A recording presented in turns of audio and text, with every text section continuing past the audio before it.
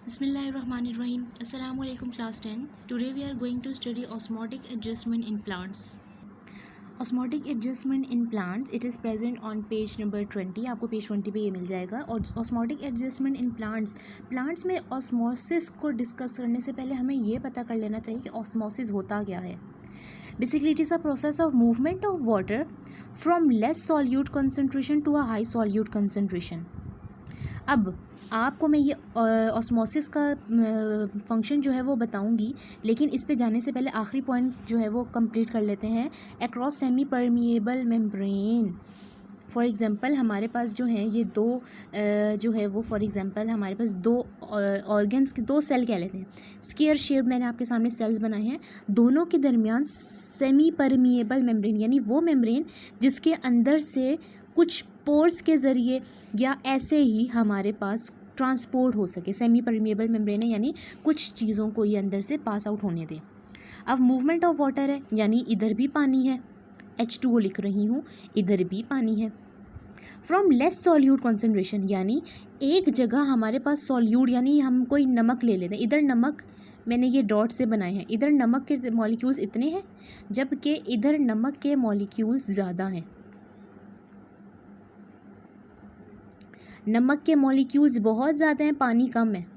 पानी इतना है और इधर पानी इतना है और नमक बहुत कम है. और इधर नमक यानी सॉल्ट का आपका ज़्यादा है. सॉल्यूट इस जगह पर सॉल्यूट ज़्यादा है, ऊपर का साइन मतलब एरो मतलब ज़्यादा है और इधर सॉल्यूट कम है. अब क्या होगा, बीच में इतने बारीक सुराख हैं जो आम आँख से नज़र नहीं आते, माइक्रोस्कोप में नज़र आएंगे. लेकिन उन सुराख, ये जो डार्क कलर के मैंने स्पॉट्स डाले हैं, सेमी परमिएबल मेम्ब्रेन है. इसके अंदर से वाटर सिर्फ मूव कर सकता है और कुछ नहीं मूव कर सकता, सिर्फ और सिर्फ वाटर. जिसके अंदर सिर्फ और सिर्फ वाटर मूव करेगा उसको हम ऑस्मोसिस कहेंगे. लेकिन ऑस्मोसिस में हमने क्या चीज़ ख्याल रखना है, लेस सॉल्यूट कंसनट्रेशन और high solute concentration. Less solute concentration means कोई भी सॉल्यूट जिसको मैं आपको कह रही हूँ, लेट सपोज मैंने सॉल्ट ले लिया है, इसके अंदर सॉल्ट की मिकदार कम है जबकि इस तरफ सेल के सॉल्ट की मिकदार बहुत ज़्यादा है. इसको हम हाइपोटोनिक भी कह सकते हैं. Hypo mean less, tonic mean water. और हाई सॉल्यूट कंसनट्रेशन को हम हाइपरटोनिक कहते हैं. हाइपर कहते हैं ना, हाइपर ना हो भाई, ज़्यादा गुस्सा ना करो, इसका मतलब है हाइपर मीन्स ज़्यादा, tonic mean water. Hypo means low, tonic mean water.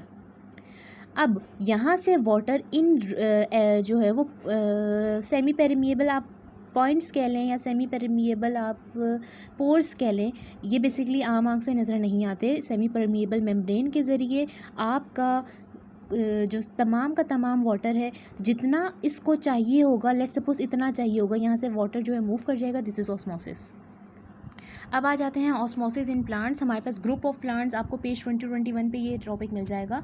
Group of plants on the availability of water यानी अगर आपके पौधों को पानी मिल रहा है या नहीं मिल रहा. इस बेस पे प्लांट्स को 3 हिस्सों में डिवाइड किया गया है, हाइड्रोफाइट्स, ज़ीरोफाइट्स, हेलोफाइट्स. हाइड्रोफाइट्स नाम बता रहे हैं, hydro mean water, fights mean plants. Hydrophytes वो पौधे जो पानी में रहते हैं. These plants live in fresh water which contain much water. यहाँ वहाँ पे पानी की मिकदार बहुत ज़्यादा होती है. फ्रेश वाटर बेसिकली क्या होता है, बहता पानी, जैसे आपकी झील का पानी हो गया, नदियों का पानी हो गया, जो बह रहा होता है, जो रुका हुआ नहीं होता. This is fresh water. ठीक है, उसके अंदर ऑक्सीजन की तादाद बहुत ज़्यादा होती है.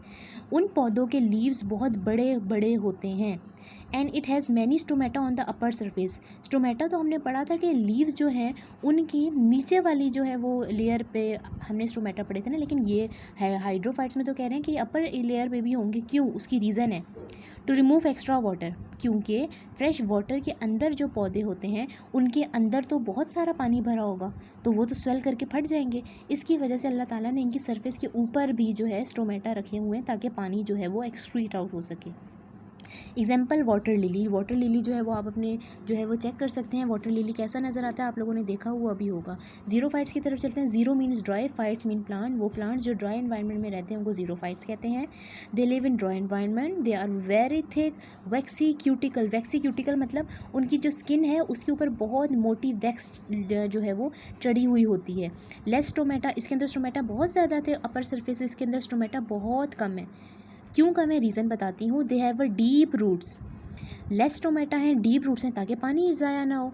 जितने लंबे लंबे रूट्स होंगे उतना ही नीचे ज़मीन से पानी जो है वो ऊपर पौधे को मिलेगा। जितने कम स्टोमेटा होंगे उतने ही पानी का लॉस कम होगा।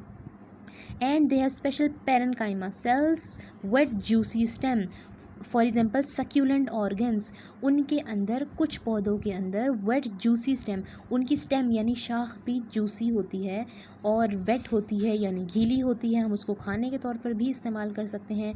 और स्पेशल पेरेन्काइमा सेल्स होते हैं उसके अंदर जिसको हम सेक्यूलेंट ऑर्गन्स कहते हैं। बोर्ड के पॉइंट ऑफ व्यू से आपके सेक्यूलेंट ऑर्गन की डेफिनेशन जो है वो इंपॉर्टेंट है, इसको भी कीजिएगा। एग्जाम्पल कैक्टस और एलोवेरा, कैक्टस और एलोवेरा आपने दोनों देखे होंगे, अगर आप उसको तोड़ें तो आपकी स्टेम जो है वेट होगी, जूसी होगी और उसके अंदर स्टोमेटा बहुत कम होते हैं और उसकी जो आपने स्किन देखी होगी कितनी थिक होती है, मोटी होती है। तो ज़ीरोफाइट्स के बाद आते हैं हेलोफाइट्स की तरफ। हेलोफाइट्स क्या हैं? हेलोफाइट्स मीन्स वाटर ही हैं, लेकिन यहाँ पर हमारे पास वाटर चेंज हो रहा है, सी वाटर, सॉल्टी वाटर। सी वाटर को फ्रेश वाटर जो भी मैंने पढ़ाया इसको मैं उससे डिफ्रेंशिएट करने के लिए क्या कहूँगी, it contain a large amount of salt. पानी बहुत ज़्यादा नमकीन होता है। सॉल्ट एंटर इन, आपका सॉल्ट आपके पौधे के अंदर एंटर हो जाता है और सारे का सारा पानी जो है वो बाहर आ जाता है, क्योंकि सॉल्ट जब अंदर जाएगा तो आपका बॉडी का जो सारा का सारा पानी है वो बाहर आएगा और आपकी बॉडी यानी प्लांट की बॉडी तो श्रिंक हो जाएगी। लेकिन उससे बचने के लिए वैक्यूल्स मौजूद हैं। वैक्यूल क्या करते हैं, उन सॉल्ट्स को, उन नमकियात को अपने अंदर स्टोर कर लेते हैं ताकि सेल को नुकसान ना हो। सो आपका पानी जो है वो बाहर निकलता है। एक दफ़ा फिर से बताती हूँ, दिस इज़ अ सेल, ये सॉल्ट वाटर के अंदर है, ये न्यूक्लियस है और ये डिफरेंट ऑर्गेनेलीज हैं। अब बाहर इतना सॉल्ट है कि सॉल्ट हमेशा कोई भी चीज़ हाई कंसनट्रेशन से लो कंसनट्रेशन की तरफ जाती है ना। बाहर सॉल्ट की कंसनट्रेशन ज़्यादा है, अंदर सॉल्ट की कंसनट्रेशन बस इतनी सी है। सारे का सारा सॉल्ट अंदर चला जाएगा और पानी जो है अंदर ज़्यादा है बाहर कम है, वाटर बाहर आ जाएगा, सॉल्ट अंदर चला जाएगा। इस कंडीशन के बाद सेल की शेप कुछ इस तरह से हो जाएगी, सेल जो है वो सूख कर ख़त्म हो जाएगा। इस शेप से बचने के लिए अल्लाह ताला ने हमें वैक्यूल दिया है। वैक्यूल क्या करेगा, let's suppose this is a vacuole, ये सॉल्ट जब अंदर जाएगा सारे का सारा सॉल्ट वैक्यूल अपने अंदर भर लेगा, ठीक है, और अपने पानी को अब इजाज़त नहीं देगा कि वो बाहर जाए। तो क्या होगा, सेल का स्ट्रक्चर मेंटेन रहेगा और वैक्यूल यहाँ पर इस सॉल्ट को फिर वो बाहर फेंक देगा और ये इसका न्यूक्लियस और ये दूसरे ऑर्गेनेली सब वापस बच जाएंगे। Example sea grass. यहाँ पर आज जो हमने देखा है, this is a group of plants, osmotic adjustment in plants. So basically आज का टॉपिक यहीं पे ख़त्म होता है। आपकी बुक में कुछ पिक्चर्स हैं वो दिखा देती हूँ। This is your page number 21। यहाँ पे 3 ग्रुप्स ऑफ प्लांट्स बताए हुए हैं। हाइड्रोफाइट्स, ये वाटर लिली आपके सामने मौजूद है, ये आपने देखी भी होगी। हाइड्रोफाइट्स ये सी वाटर के अंदर जहाँ पे नमकीन पानी होता है उसके ज़मीन पे ये सारे के सारे पौधे उगे हुए होते हैं। और ये ज़ीरोफाइट्स है, ये कैक्टस हो सकता है, ठीक है, ये कैक्टस ही है। तो ये बेसिकली क्या है, ये सूखे पौधे होते हैं जिनकी स्टेम बहुत वैक्सी जूसी होती है।